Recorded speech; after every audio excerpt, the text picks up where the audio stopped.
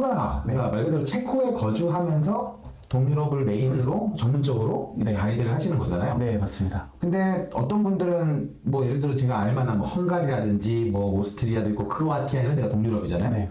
그쪽에 거주하면서 하시는 분들도 있는 거예요? 그렇죠. 사실은 이제 동유럽 같은 경우는 거의 다 한 나라만 투어를 하는 게 아니라 네. 거의 세 나라, 뭐 네 나라 정도를 묶어서 투어를 하다 보니까 뭐 저처럼 이제 프라하에 살고 있는 가이드가 뭐 오스트리아, 헝가리까지 가기도 하고, 그다음에 뭐 헝가리에 거주하시는 가이드분께서 또 다른 동유럽 쪽이 투어하시기도 하는데, 사실 이제 그 중에서 가장 많이 이제 이거를 저희는 수루 가이드라고 표현을 해요.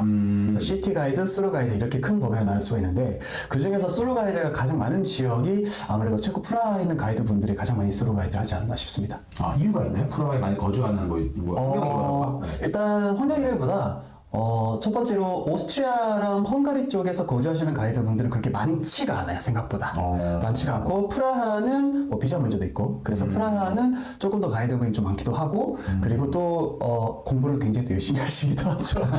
공부가 어떤 의미의 공부예요? 공부라는 게 웬만한 가이드들, 예를 들어서 뭐 이탈리아, 프랑스 이런 곳에 있는 가이드분들은 거의 자기 나라만 공부를 해요. 네. 근데 이제 저 같은 경우는 시작을 체코의 가이드니까 체코에 대해서 공부를 하고, 그 다음에 또 다른 나라까지 가야 되니까 또 오스트리아에 대해서도 공부를 하고, 헝가리에 대해서도 공부를 하고, 또 제가 이제 뻗어나가는 나라마다 또 새로이 공부를 해야 되기 때문에 그런 부분에 있어서 이제 프라하에 있는 가이드 분들이 좀 뭐랄까 주변 여행사 측에서도 좀 인정받기도 하고, 그리고 또 여러분들이 또 가시기도 하고 그런 것 같습니다.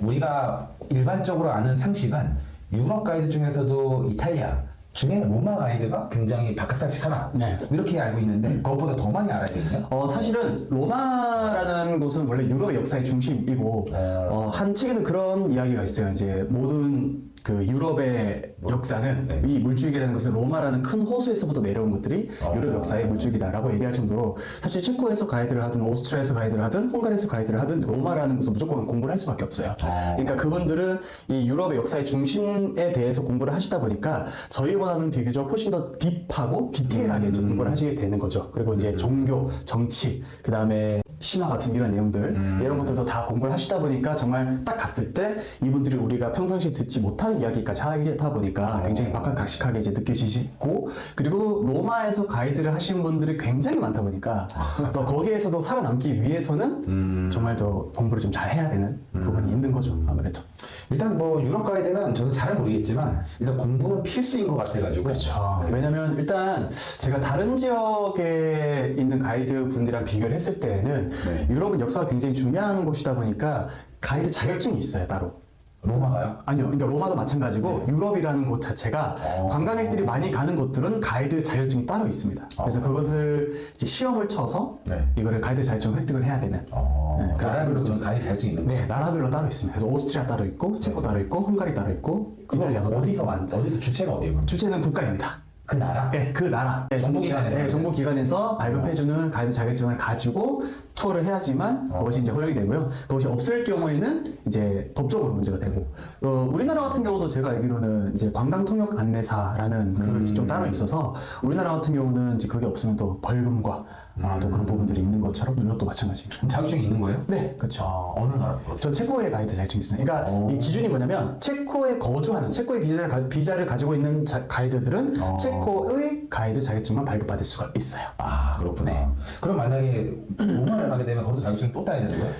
그런데 저는 딸 수가 없어요. 이탈리아의 비자를 가지고 있는 게 아니라 저는 체코의 비자를 가지고 있기 때문에. 나라마다 약간 차이가 있을 수 네. 있구나. 그래서 그게 이제 정부에서 그렇게 하는 이유가, 첫 번째로 일단 세수를 위한 것도 있고요. 그리고 또 하나는 자국민들을 보호하기 위해서. 왜냐면 체코 가이드가 이렇게 오스트리아 가가지고 다 해버리면 오스트리아 가이드들을 안 쓰게 되잖아요. 그래서 그런 부분들이 있어요. 그래서 저 같은 경우도 수루 가이드를 간다고 하지만, 오스트리아에서 가장 유명한 뭐 비엔나라고 하면 비엔나 안에서 뭐 쉔부른 궁전, 벨베데레 궁전 이런 것들이 있는데, 그런 내부 투어를 할 때 꼭 오스트리아의 가이드분을 새로 불러서 거기서 투어를 하게끔 그렇게 되어 있습니다. 그러니까 협업한다고 보시면 될 것 같아요. 그간 그래도 가이드라는 직업을 뭐 한 8년, 9년 이렇게 하면서 좀 기억에 남을 만한 손님도 있었을 것 같아요. 많죠.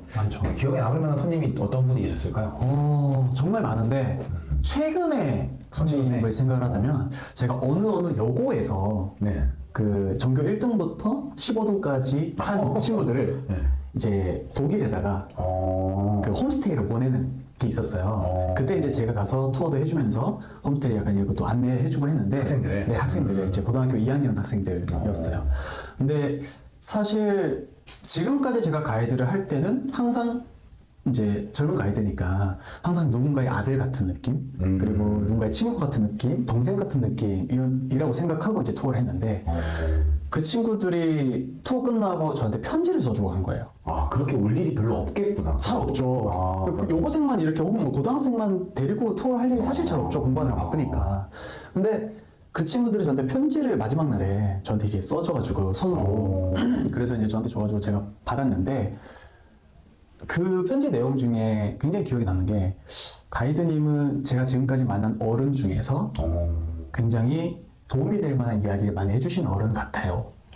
이런 이야기를 하더라고요. 인생에 굉장히 뿌듯했겠다. 네, 너무 뿌듯하고 저 지금까지 그래서 사실 제가 이제는 곧 사신이 되어가는 이제 뭔가 이제 청년에서 조금씩 이제 중년으로 이제 가는 늙었지. 아, 네. 그런 나이인데 한 번도 제가 가이드를 하면서 누군가의 어른으로서의 역할이라는 것을 한 번도 생각해 본 적이 없었거든요. 근데 그걸 딱 보고 아 그래 나도 누군가한테 되게 좀 닮아가고 싶은 혹은 되게 어른스러운 뭔가 배울 게 있는 나도 저런 어른으로 커야 되겠다 라고 생각할 수 있는 사람이 되자라는 생각을 그때 굉장히 많이 하게 됐어요. 네. 그 학생한테 고마워요. 네, 고마워. 그래서 사실 저가 지금 되게 짧게 지금 3주 일정으로 지금 한국에 왔는데 그 친구들이 또 잊지 않고 전 그 투어를 한 게 7월 달이었거든요, 올해. 올해 7월 달이었는데 그때 투어를 할 때 가이드 언제 한국 언제 오세요 해가지고 겨울에 아마 갈 것 같아 라고 했는데 잊지 않고 저한테 연락이 왔어요.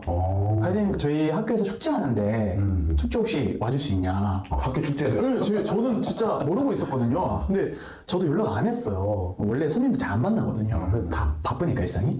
근데 연락이 와가지고 깜짝 놀라서 그래 갈게 해가지고 너무 고마우니까 그 친구들이 막 또 저한테 또 엄청나게 특별한 기억을 준 친구들이니까 초대를 받아가지고 가서 친구들이랑 또 다시 보고 인사하고 이제 그 친구들 이제 고3이다 보니까 또 많이 힘들잖아요. 그래서 나중에 뭐 시험 잘 치고 다 열심히 일하고 나면 나중에 놀러 오면은 내가 한번 투어 시켜줄게 막 이렇게 또 얘기하고 네, 그런 뜻깊은 시간을 보냈죠.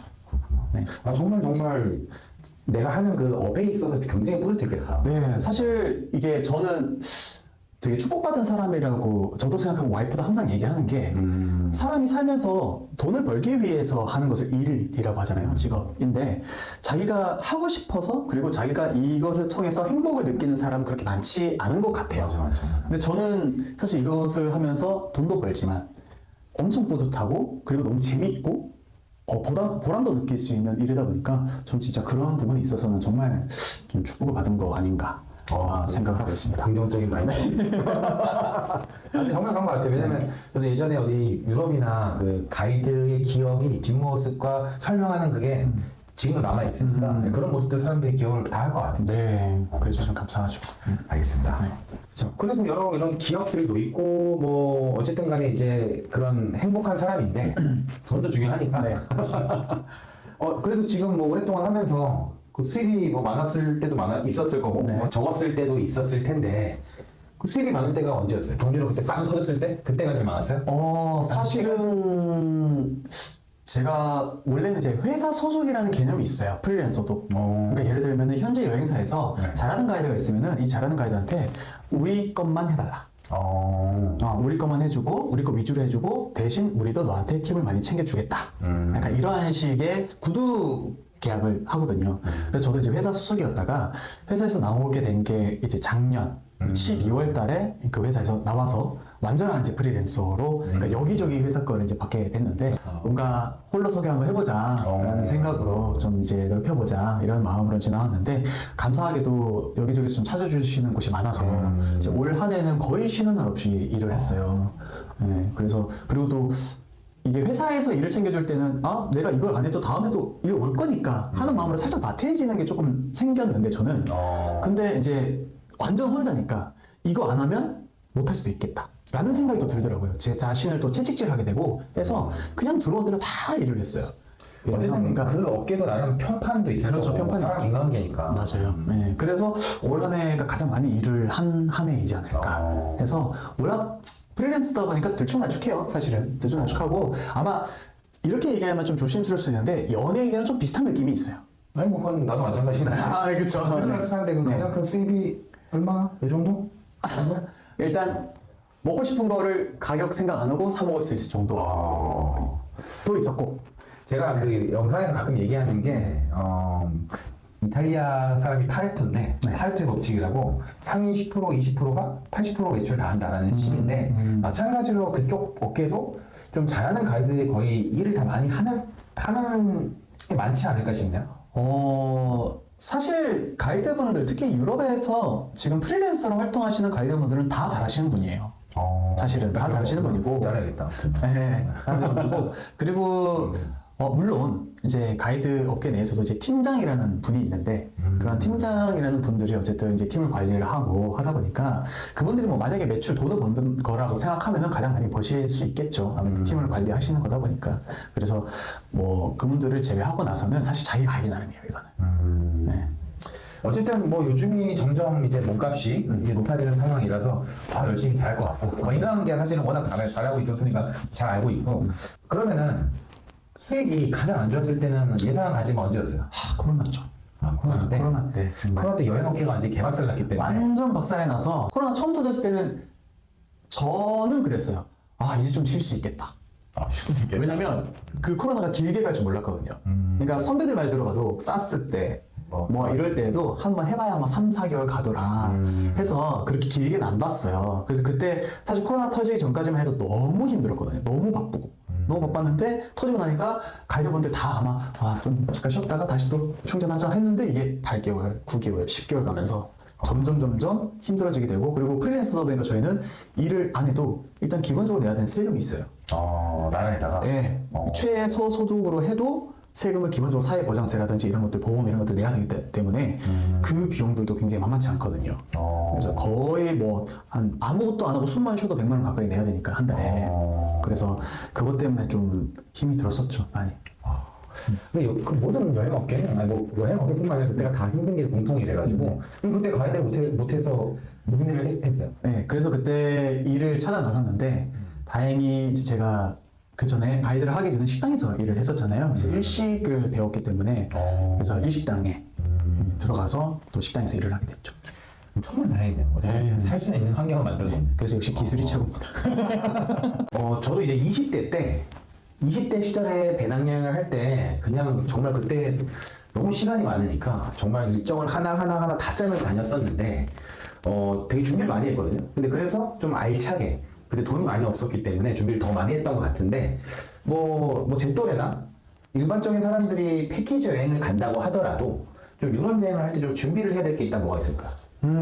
일단 제가 지금까지 경험해 본 바로는 다들 현금을 이제 많이 가져오시잖아요. 그러니까 환전을 해서 유로를 많이 가져오시는데 동전이 사실 많이 필요해요. 유럽 여행하면. 왜냐면은 일단 화장실 갈 때. 화장실 갈 때. 가장 문제되는 게 화장실 그리고 팁 문화가 있다 보니까 동전이 굉장히 많이 힘들거든요. 그래서 그런 부분에 있어서 만약에 동전이 좀 이제 구할 수 있으면 동전을 좀 최대한 많이 구해 오시는 게 좋다라는 말씀을 드리고 그 다음에 거의 다 막 100유로, 그러니까 유로가 이제 5유로부터 시작해서 지폐는 5유로부터 시작해서 10유로, 20유로, 50유로, 100유로 이렇게 되는데 거의 100유로짜리 많이 가져오시는 분들이 많거든요. 바꿀 데가 별로 없죠. 바꿀 데가 별로 없죠. 그래서 사실 가장 좋은 거는 이제 5유로짜리, 10유로짜리 이런 것들이 많으면 사실 좀 쓰기 편해요. 쓰기 편하고 그리고 또 화장실이 돈을 주고 가야 된다라는 불편함이 좀 있으니까 그걸 좀 미리 좀 생각하고 오시면 좋고. 저도 그게 제일 불편했기 때문에 기억이 나는 거예요. 맞아요. 저 돈이 없어 근데. 맞아요. 그리고 바꿀 돈도 없다고 했던 것 같아요. 맞아요. 그리고 또 이제 호텔을 들어가면 거의 우리나라 같은 경우는 습식이에요. 그러니까 일반 욕실 아래쪽에 배수구가 있어서 맞아. 네, 내려가는데 유럽 같은 경우는 거의 다 이제 건식이라서 그 욕조나 아니면 샤워 부스에만 배수구가 있고 일반 바닥에는 배수구가 없단 말이죠. 그래서 그런 부분들을 미리 이제 체크를 하셔서 이제 신고 다닐 수 있는 뭐 슬리퍼 이런 것들을 이제 잘 챙겨 오시고 하면 좋을 것 같고 그리고 식사가 사실 우리나라보다 많이 떨어집니다. 어느 곳을 가도 떨어지고 좀 짜고 그래요. 그래서 요새 많이 안 그러는데 옛날 같은 경우는 음식을 바리바리 싸들고 오셔가지고 그 우리가 같이 가는 식당에서 막 꺼내 드시는 분들 많았는데 사실 그건 맞지 않고 우리도 여기 있는 식당에 갔을 때 우리 음식 안 가져가잖아요. 근데 그건 맞지 않고 그냥 이제 식사 후에 이제 뭐 호텔에서 뭐 라면 같은 경우 뭐 이렇게 드실 수 있으면 그렇게 막 드시고 이렇게 하시는 쪽도 이렇게 태우시면 좋을 것 같고 그리고 무엇보다 겨울에 추워요.